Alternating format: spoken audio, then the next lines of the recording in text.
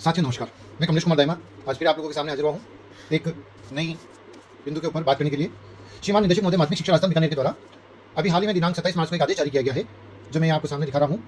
व्यय और प्राप्तियों का अंक मिलान, इस पत्र के अंदर जो रेफरेंस दिया गया है 27 मई 2022 के पत्र का वित्त विभाग ने जो क्वेश्चन लिखा विभाग है उनके द्वारा जो जारी किया गया था, इसके बिंदु संख्या 1 के अंदर आहरण वितरण अधिकारी या बजट नियंत्रण अधिकारी द्वारा की जाने वाली कार्रवाई के बारे में लिखा गया है। इस चलिए साथियों, अब हम आगे देखते हैं। हम यहाँ पर ORS को ओपन करेंगे, ors.rajasthan.gov.in। यहाँ जो पेज ओपन होगा ORS का, इस जगह पर हमें यहाँ पर लेफ्ट में सारी डिटेल लिखी हुई दिखेगी कि वाउचर के अंदर जो डेटा है IFMS का वो अवेलेबल है। हमें यहाँ पर 1/4/2020 से 28 फरवरी 2025 तक का डेटा आज दिनांक तक इसके अंदर यहाँ पर अवेलेबल है। साथ ही यहाँ पर नीचे लिखा गया है कि लॉगिन डिटेल्स में login name for DDO is similar to pay manager login, और अन्य के लिए भी इसी प्रकार इसके अंदर लिखा गया है। यहाँ अब हम लॉगिन के अंदर राइट साइड में डीडीओ पर क्लिक करेंगे। लॉगिन आईडी यहाँ हम वही डालेंगे जो हमारी पे मैनेजर की आईडी है, और पासवर्ड में हम वही पासवर्ड डालेंगे जो कि पे मैनेजर पर लॉगिन करने के लिए हम लोग उपयोग में लेते हैं।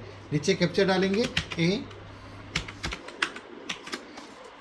यहाँ कैप्चा डाला और लॉगिन किया। लॉगिन करने पर हमें इस प्रकार की विंडो ओपन होगी जहाँ पर आपका डीडीओ का नाम आ जाएगा यहाँ, और यहाँ मेनू दिखाई देंगे, रिकंसिलेशन, रिपोर्ट्स, यूटिलिटीज़, एडमिन, और इधर राइट साइड में होम एंड लॉग आउट।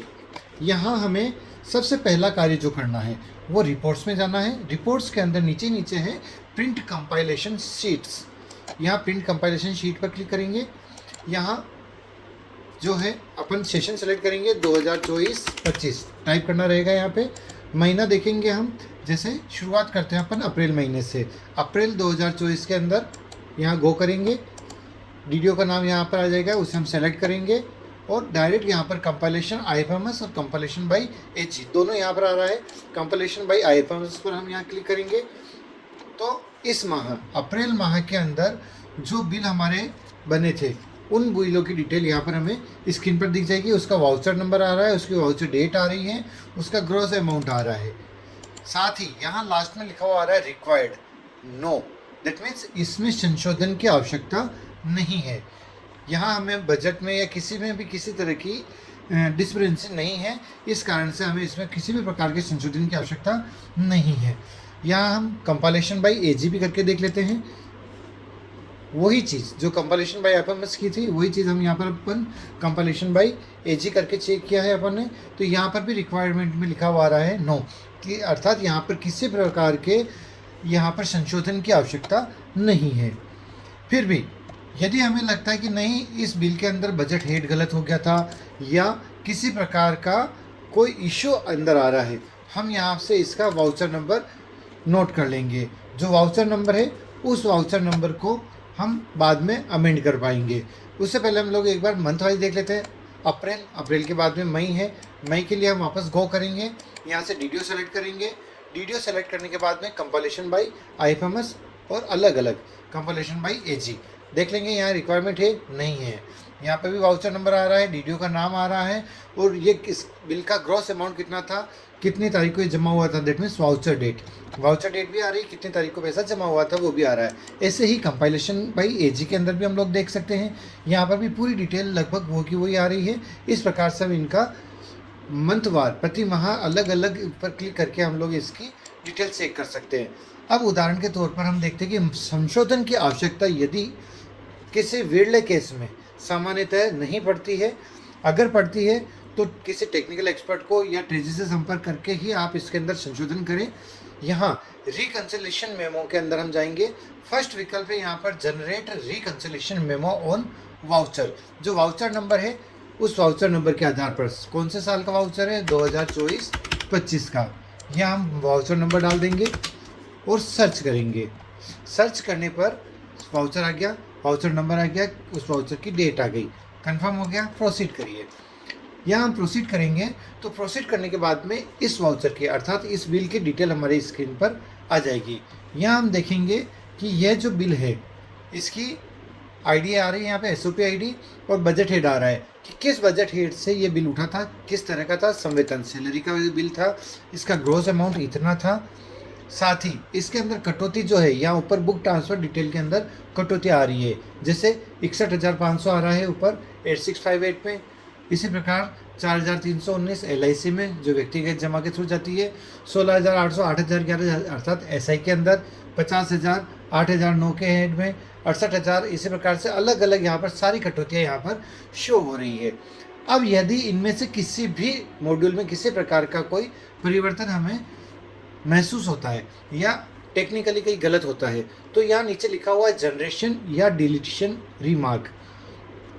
जो परिवर्तन हम करना चाह रहे हैं किस तरह का हो सकता है? Correction in budget head, correction in object head, correction in BT book transfer, correction in amount या करेक्शन इन PD अकाउंट। इस प्रकार से इनमें से जिसमें कोई परिवर्तन हो उस पर राइट करके अपन ये प्रक्रिया यहाँ से शुरू करेंगे। ये पहली स्टेप होगी रिकंसिलिएशन मेमो जनरेशन की वाउचर की सहायता से। फिर इसका सेकंड विकल्प जो है, इसमें वेरिफिकेशन होगा। जो भी संशोधन हम करते हैं उस संशोधन का DDO की ID से, इसी ही ID से वेरिफिकेशन होगा। फिर उसका चालान जनरेट होगा और चालान का वेरिफिकेशन होगा। वेरिफिकेशन ध्यान रहे E-साइन के माध्यम से होता है। इसके लिए यहाँ पर यूटिलिटीज़ के अंदर E-साइन सेटअप नाम से एक फाइल मिलेगी।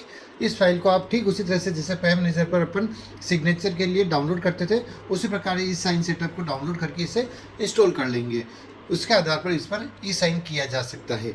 यहाँ मुख्य कार्रवाई जो है आपको प्रिंट कंपाइलेशन शीट के अंदर ही करनी है। इसके अलावा जो ऊपर की तरफ है प्रिंट वाउचर रिकंसिलिएशन मेमो, यदि आप रिकंसिलिएशन जनरेट करते हैं अंक मिलान के लिए, अगर कोई रिकंसिलिएशन जनरेट करते हैं तो उसकी प्रिंट यहाँ से निकली जा सकेगी। अगर कोई चालान जनरेट करते हैं तो उसकी प्रिंट यहाँ से निकलेगी। एक्सपेंडिचर रिपोर्ट, चालान जनरेट करने के बाद में जो भी संशोधन होता है उस संशोधन का पहले क्या था और अब क्या होगा, इसका एक्सपेंडिचर रिपोर्ट के अंदर आ जाएगा। जैसे कि यहाँ क्लिक करके देखते हैं हम कौन सा सत्र है 2024-25। 2024-25 पर हम यहाँ सेलेक्ट करते हैं बजट कंट्रोलिंग ऑफिसर BCO। यहाँ आपके ऑफिस का नाम आ जाएगा, बजट रेट 2202 ले लिया। वेरीफाइड अनवेरीफाइड जो भी है यहाँ पे क्लिक करेंगे। DDO वाइज यहाँ पर पॉपअप ओपन होना चाहिए। पॉपअप ओपन होने से ये एक स्क्रीन डाउनलोड हो जाएगी और यहाँ पर हम देखेंगे कि इसका यहाँ पर ये आ गया कि debit minus and debit plus. Budget मद पहले क्या था और संशोधित बजट मद उसका आपने क्या किया है, वो वेरीफाइड होने के बाद की स्थिति यहाँ पर आएगी। अंक मिलान प्रविष्टि समय अवधि 1/4/24 से 27/3/25 तक की। ठीक है, इसी तरह से हमें मॉडिफाइड वाउचर लिस्ट भी मिल जाएगी। मैं यहाँ पर पुनः उस बात को दोहरा रहा हूँ कि आपको मुख्य कार्य जो करना है वो करना है रिपोर्ट्स के अंदर प्रिंट कंपाइलेशन शीट, इसमें जाना है। यहाँ पर प्रति माह जो भी आपका माह है, अगस्त ले लिया, सत्र कौन सा 2024-25 गो करेंगे। आपके ऑफिस का नाम आएगा, उस पर क्लिक करेंगे। कंपाइलेशन IFMS पर क्लिक करेंगे। यहाँ पर आपका उस माह के अंदर जो जितने भी बिल होंगे सारे बिल यहाँ पर आ जाएंगे कार्यालय के नाम सहित। उसमें voucher number, voucher date, gross amount और रिक्वायर्ड है या नहीं। अगर रिक्वायरमेंट नहीं है, यहाँ पर नो लिखा हुआ है, तो मेरी सलाह है कि आप इसमें किसी तरह का परिवर्तन ना करें। अगर आपके यहाँ पर यस है तो ही आपको कहीं किसी तरह का एक्शन लेने की आवश्यकता है। यही चीज़ कंपाइलेशन बाय AG में भी करना है। ये प्रक्रिया आपको प्रत्येक माह के लिए दोहराई जानी है और यह अंक मिलान आपको प्रत्येक वर्ष प्रत्येक माह किया जाना चाहिए। यह एक नज़र बनाए रखने के लिए भी आवश्यक होता है। यह अंक मिलान प्रणाली जो है ORS ऑनलाइन रिकंसिलिएशन सिस्टम, इसका मूल उद्देश्य है। इसके बारे में आज हमने बात करी। धन्यवाद।